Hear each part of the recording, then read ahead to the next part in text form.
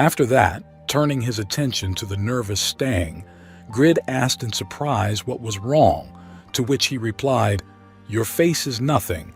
You need to set the starting price." After a while, Grid, having completed the exhibition and evaluation of the items, mentally said, "Well, I will put up the items. All that remains to be done now is just to wait.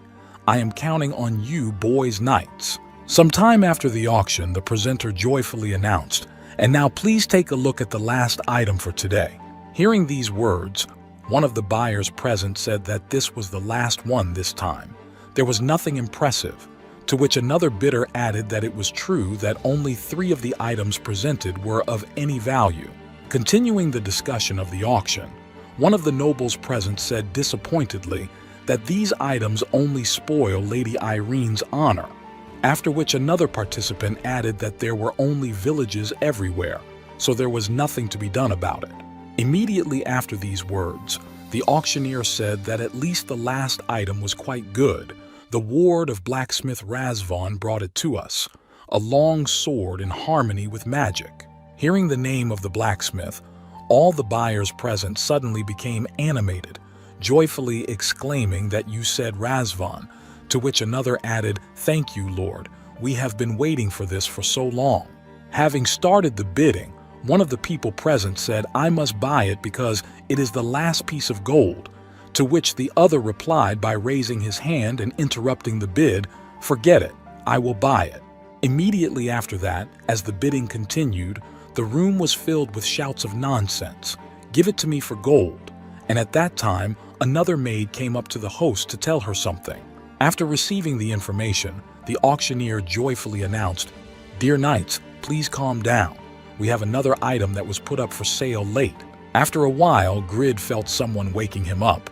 It was Stang who grabbed him by the shoulder and shook him awake, saying, Mr. Grid, please wake up." After waking Grid, the boy pointed to the host and said they were announcing the results, and Grid stretched after a good night's sleep and said that the auction always takes so long. While in the blacksmith's room, one could hear various noises and negotiations between the blacksmiths that sounded like knights have high standards. After a while, someone from the crowd exclaimed, "Oh, here she comes." Arriving at the blacksmith's room, the host happily announced that today there were items on display, but unfortunately only 6 of them were sold. Hearing this, the blacksmiths nervously exclaimed that only 6, given that I had put up 7 items, the forecasts were very disappointing. Listening attentively to the announcement of the results, the audience heard Miss Clarissa's necklace was sold for gold, Mr. Grizz's armor for gold, and Mr. Pilot's potions for gold per bottle. After reporting on the remaining items, the presenter concluded by saying that Mr. Stang's long sword was sold for gold. Hearing about the sale price of the item, Stang joyfully exclaimed, "Wow, his teacher's sword got a great price. He will be so happy, won't you, Mr. Grid?" Not having heard about the sale of his item, Grid said to the boy in a menacing tone, "Ask him yourself, boy." And Stang answered in a frightened tone, "I understand, sir." Immediately afterwards, Grid gritted his teeth and said in his head, "Damn, he's a good guy who did a great job, and I'm so jealous." After a short delay, the host announced the last one, "Mr. Grid, you are here." And hearing his name, Grid confidently said that I am. Pointing to the door to the manager's office, the presenter said, "The manager would like to meet with you in person. Please follow me." Hearing this, Grid pointed to himself in surprise and asked what I was doing. But why so suddenly? Stang nudged him and said, "Mr. Grid." When Grid turned his attention to Stang, he nudged him and said, "Please follow her. You will have a pleasant surprise." Hearing what his new friend had just told him, Grid asked in surprise what kind of pleasant surprise he was talking about. Arriving at the room, Grid looked around and thought, "This office of the steward, the interior of the castle, is so strange." At the same time, the hostess said, "Sir, I have brought Mr. Grid to see you." Looking at the armor he had brought to the auction, the auctioneer was impressed and said, "It's you, Grid. Please sit down.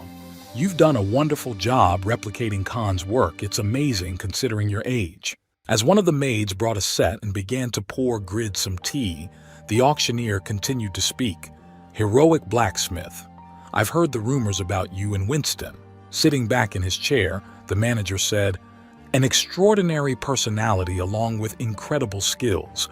Khan has taught you incredibly well everything he knew.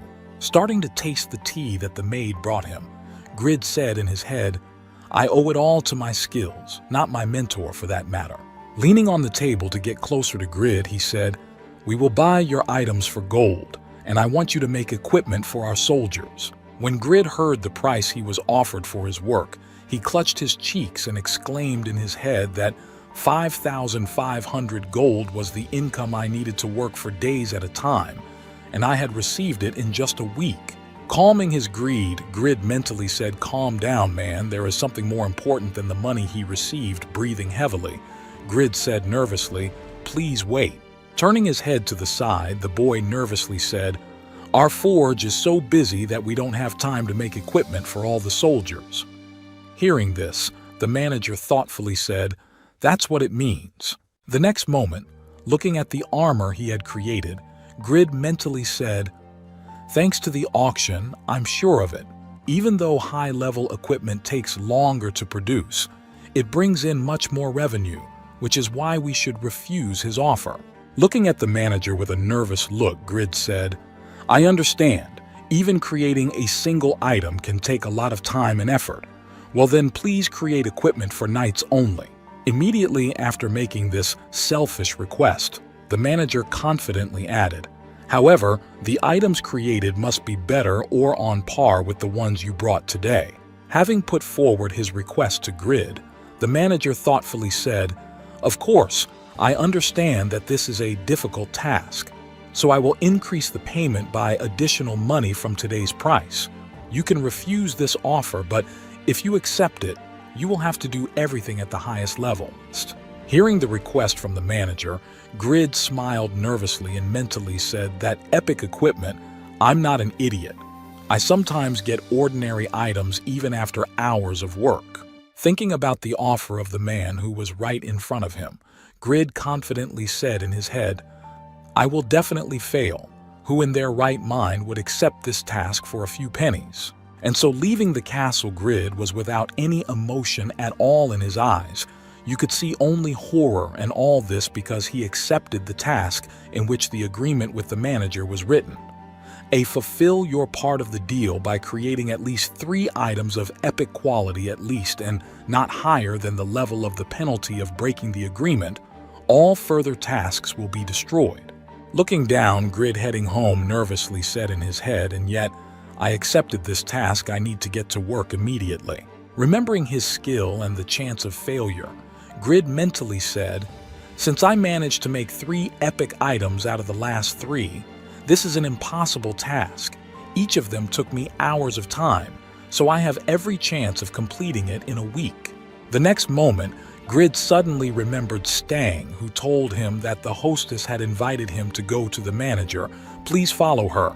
You will have a good surprise. Smiling happily on the way home, Grid thought to himself, he was so happy for me and I didn't even have time to say goodbye to him. Immediately after these words, standing in the middle of the road, the boy confidently said, in any case, the auction was a success from today. Looking up and stretching his arms above him, the boy joyfully shouted, I am rich. For the past few months, Earl Stam has been carefully tracking down and destroying the Church of Jotun, a dangerous group of religious fanatics who sacrifice young virgins. The Earl's daughter, Irene, was kidnapped by them, and during her rescue operation, the strongest warrior in the Stam family, Doran, was killed. However, the situation in the north of Winston changed when an incredibly powerful enemy appeared on the battlefield. While on the battlefield, one of the soldiers, having killed a large number of enemies together with his comrades, said unhappily, those scoundrels are so annoying. A few seconds after all the enemies were destroyed, Winston's soldiers noticed someone else coming from the direction of Jathan's church, and one of the soldiers shouted out, hey, someone's coming! Who's there? This mysterious figure, who was not recognized at first, was the blood witch Yura, who had suddenly appeared on the battlefield on her way to fulfill her assignment. The girl mentally said to herself, there are so many of them. This may take longer than usual. Looking at her SS-ranked quest that said, rescue the believers from Stam's troops and become the 8th servant of the Church of Jotun reward position, servant skills, infinite faith, true doctrine, divine punishment penalty, levels. Faith, she said in her head, this is a priceless SS-ranked quest, I must complete it. Looking at the enemy who appeared before them on the battlefield, one of the soldiers mentally said this feeling when I met number 7, Agnes, this helplessness when meeting the owner of an epic class. Looking at the girl who was preparing to destroy the troops, one of the soldiers nervously exclaimed, "That witch is planning something," to which his comrade added, "Everyone get ready." Casting a powerful spell to accomplish this task of destroying the army, the girl nervously said in her head, "I must become stronger to take the first place in the top." Some time after the end of the battle in Winston Castle, the nervous voice of one of the messengers who was on the battlefield was heard. He nervously reported to Lady Irene, "We have casualties. 5 knights were wounded." Hearing this, the girl said in displeasure, "The enemies were only you. Say that 1,000 soldiers and knights were defeated by them. I cannot believe such nonsense." Hearing his lady's displeasure, the subject bowed his head and added nervously, "According to the reports, there was an incredibly strong man there. We believe it was one of the 7 servants." Hearing this, the girl immediately picked up the ring she had left from her dear bodyguard who had sacrificed his life to save her, and then she said sadly in her head, "Doran." Immediately after these thoughts, dropping the ring from her hands, she confidently added, "I will avenge you," and then immediately shouted to her subject to reorganize the lineup to strengthen it. At the same time, Grid, who was trying to fulfill the manager's order, completed his first job, and as a result of the time and materials spent, he received an ordinary sword. Looking at the finished item, Khan said in astonishment, "Although it looks ordinary, it is still an incredible sword." Hearing this, Grid exclaimed angrily, "Are you kidding me? It has an ordinary rating. I'll spell it out for you. Ordinary." Hearing this, Khan nervously exclaimed, "Wow, you're scaring me. Why are you so angry?" Grasping his head after a failed attempt, Grid nervously said, "I have enough money for materials only for swords, and I just destroyed one of them to fulfill the condition I need 3 epic swords. That is, now my every other sword must be epic." Hearing this, Khan confidently told him, "But if you fail this one, you can still get gold." Hearing this, Grid asked irritatedly, "And this should calm me down?" After receiving this answer from his student, Khan smiled happily and confidently said, "You spend 20 hours to create one single item. Such hard work will be rewarded. Believe in it." When Grid received these words of encouragement from his mentor, he breathed a sigh of relief and said, "I guess you're right." Immediately after, Khan added, "If you sell his gold," before he could finish. Grid interrupted him angrily, shouting, "Shut up, you cheater!" Running out of the smithy in anger, Grid shouted, "Moderators, you worthless pieces of shit! Stop manipulating the possibilities. I've filed a consumer rights lawsuit against you. You're not good people." After these words, unable to hold back the tears of despair, Grid mentally said, "Damn it, this is too much for the legendary Blacksmith. Now I only have 5 more attempts left." Continuing to do his job of creating epic quality items for the manager, Grid laughingly said in his head a unique or legendary funny joke, of course. After completing another item, Grid held up the rare item he had succeeded in and thought nervously, considering that even rare items only come along once in a while. Trying to recover from a hard day's work, Grid tasted his dinner and repeated in his head, "Calm down. Concentrate if I concentrate." After finishing another item, which was rated as average, Grid said in frustration in his head, "Losing all hope and sanity. Why is this happening to me?" Continuing to forge his items, Grid confidently said in his head, "It doesn't matter what happens. I'm not going to care." And so a week after Grid started working, looking at the table with the finished products, Khan surprisingly said 2 epic ones, 1 rare and 3 ordinary. After evaluating the results of the work, Khan looked back to his apprentice who was forging the last sword and said, "You are missing one epic sword, but even so, you did a good job." Without hearing any response from Grid, who continued to forge despite him, Khan repeated, "This is your last piece. You are doing well." Hearing these words from his mentor, Grid smiled gently and replied in a dejected and disappointed voice, "I'm fine. All my thoughts are clear. I'm finished anyway." Seeing him completely upset, Khan said, "Hey, how can a descendant of Pagma show his weakness?" To which Grid replied that Pagma was not a Pagma. "I have no idea who he is. I am just an ordinary student." Finishing work on his product, Grid mentally said, "This is my last wedge. The chances of an epic rating are 0. I'm dead." Inserting the sword into the hilt to finally give up, Grid mentally said, "This is my last sword. No regrets. Just take a break." When everything was finished and the sword was fully assembled, it suddenly began to emit a bright glow that filled the entire forge. Trying to block out the light, Grid angrily said in his head that it was too much to glow like that. "You're just a fucking ordinary object." Closing one eye as sparks began to fly from the sword and the light began to shine even brighter, Grid added in his head that this was happening at all. Trying to discern the quality of the object, Grid mentally said, "I've given up. You can just leave me alone." And that's it. When the effects of the creation were over, Grid could finally see that he had created a legendary item. This item was called the Sword of Superiority and had 3 additional characteristics and 2 skills.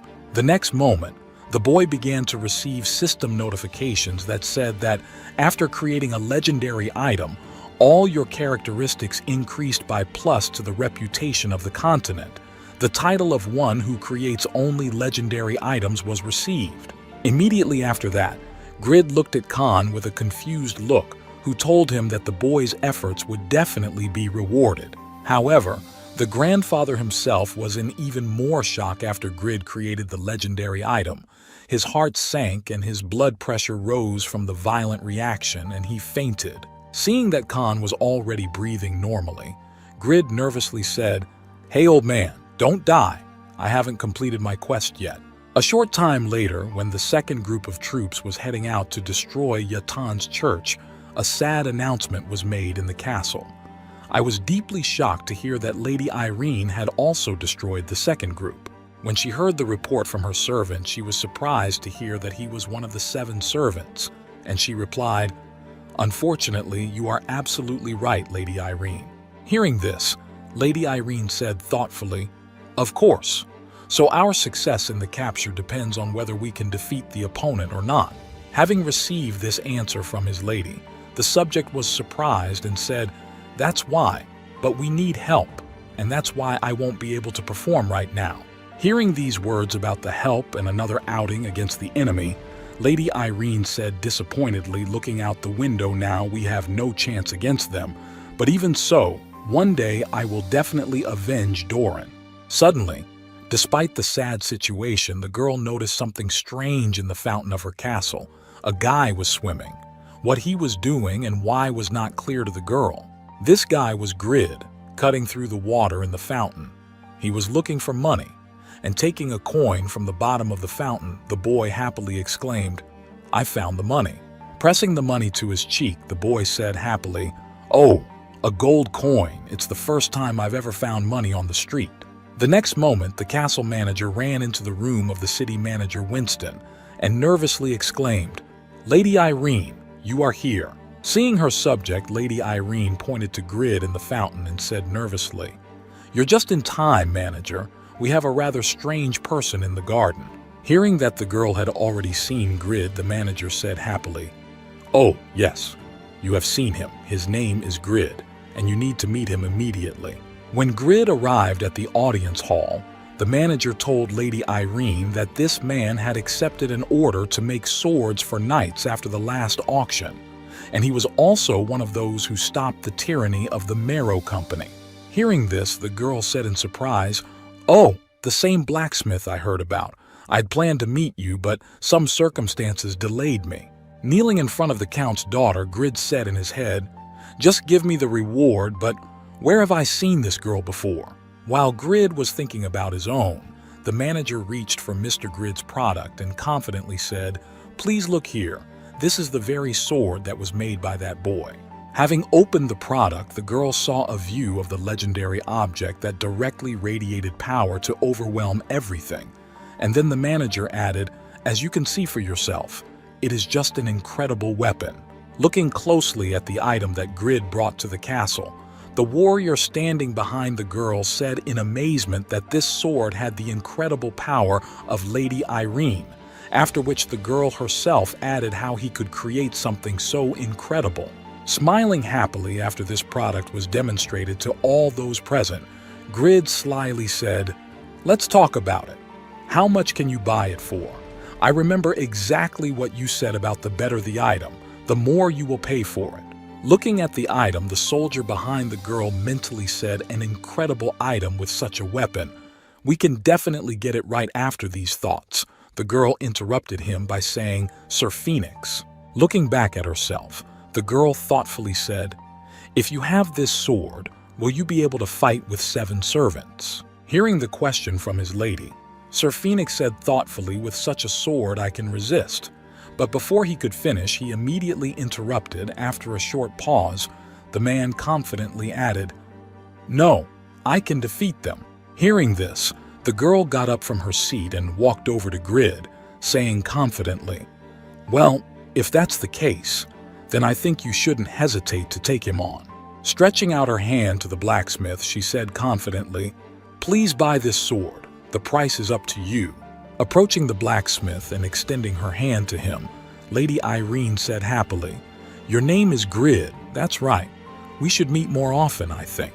Turning his attention to the girl standing right in front of him, Grid noticed the ring that was tied around her neck and thoughtfully said in his head, "This ring is somewhere I have seen it before." Immediately after these thoughts, Grid reached for the girl's hand to kiss it and thought, "But in general, what does it matter anyway? The new Lord Winston is not bad. I like her flexible and bold decisions." Inviting Grid into a separate room to wait while they discussed the price of the sword, the manager arrived there after a while and awkwardly said, "I've kept you waiting, Grid." To which the boy replied, "Please be quick. I'm tired of forging things for you." Hearing this, the manager replied awkwardly, "I understand you must have had to concentrate all your strength to create something so big." Hearing this, Grid replied, offended, "Don't try to deceive me. I had to spend gold on the item." Immediately after these words, the castle manager said, "We are ready to buy this sword for gold." Hearing the offer, Grid said disappointedly, "Gold seems to be too little." Before he could finish, the manager interrupted him, saying happily, "Not gold, but thousands of gold. We have come to this price because we have decided to make this sword a family heirloom of the Stein family." The next moment, noticing that Grid rose from his seat and headed for the bookshelves, the manager nervously asked, "Excuse me, this is not enough. Winston's annual budget is gold, so this is the maximum we can give you." At the same time, Grid said in disbelief, "Shedding tears of gold, it's millions of one. I'll have millions of one even after I pay off all my loans." Immediately after these words, the guy mentally said, "Wait a minute. If I put it on an online platform, then I can get even more. But no, because there is no one who can meet the requirements yet, I will just sell it to the manager."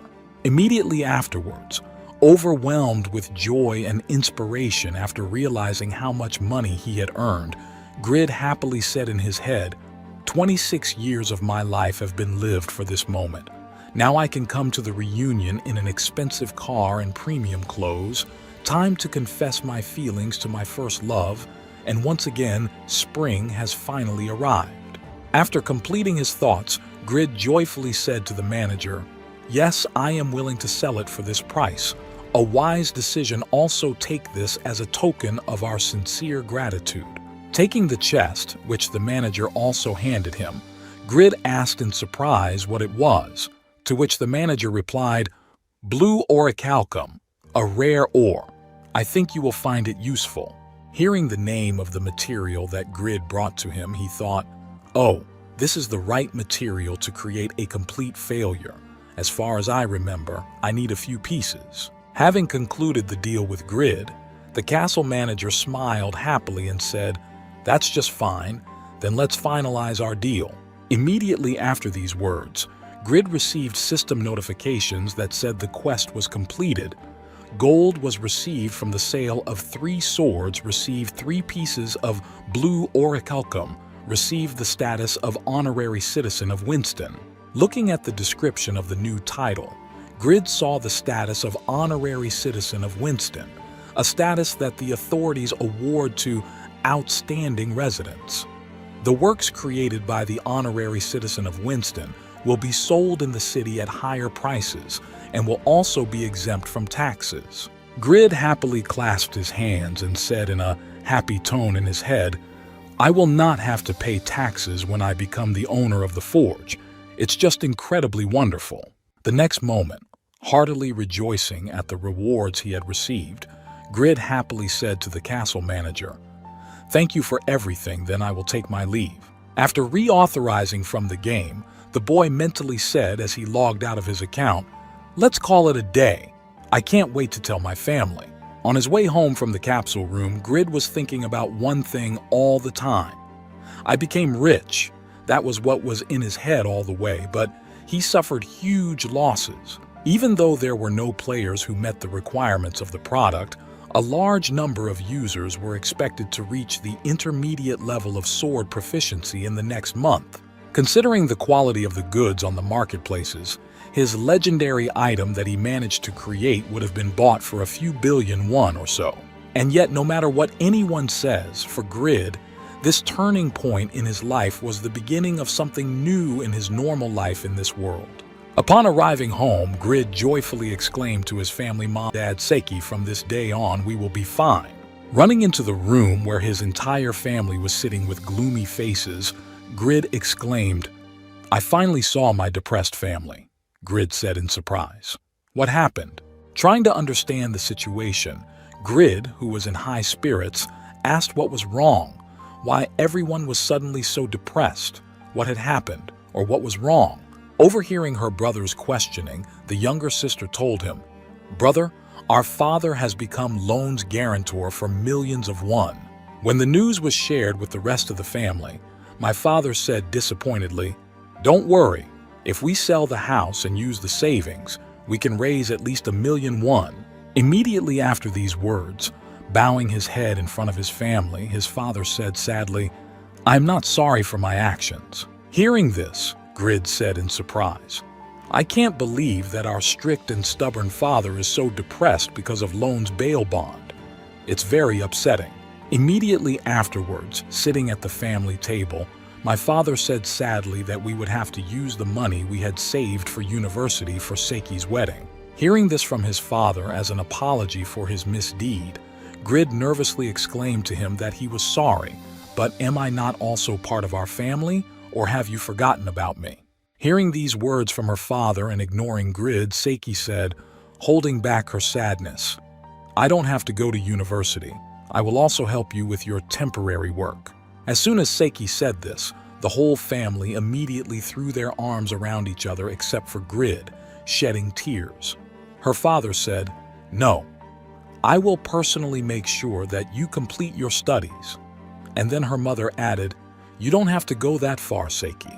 To which her daughter replied, "Mom, Dad, it's okay." Hearing this, Grid nervously said in his head, "Oh, it will be quite bad if she really goes to work for a temporary job instead of studying as the first in her class at school."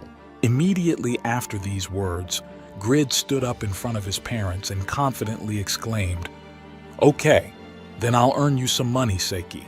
You don't have to worry about anything and continue your studies, and I'll take care of everything." Despite the confident speech that Grid had just made, she ignored him and continued to shed tears and talk to each other while chewing on snot. "I will look for a better job starting tomorrow.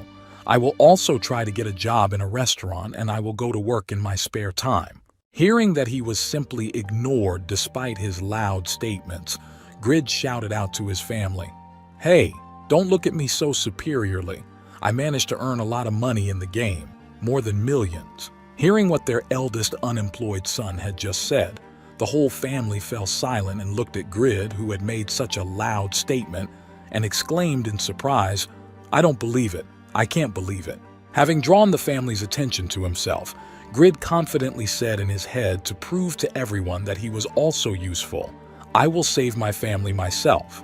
It was time to become responsible for my relatives." Some time after Grid bought the legendary sword for a considerable sum of money to defeat the Church of Yatan, Lady Irene held out the sword to the soldier and said, "Captain, take this sword of superiority and defeat the army of Yatan."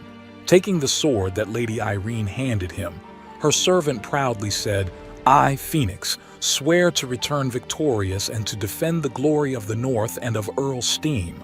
Hearing these words from her subject commander of the army, the girl confidently exclaimed, "Well then, go ahead and bring me the head of one of the 7 servants of the Church of Jathan as proof of victory." After ordering her army back to go into battle, the girl nervously spoke in her head after a passionate decision.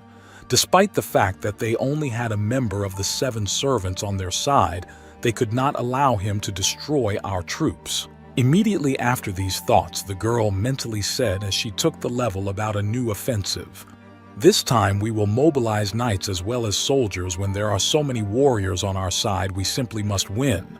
Preparing to attack the enemy, the commander-in-chief of the troops shouted to his subjects, "Don't be afraid. I am the Phoenix, the strongest knight in the north, and I will lead you all to victory." Noticing the enemies advancing on their church again, one of the 7 servants of Jathan's church nervously said, "Dirty pagans, they have returned from the persistent Lady Jura."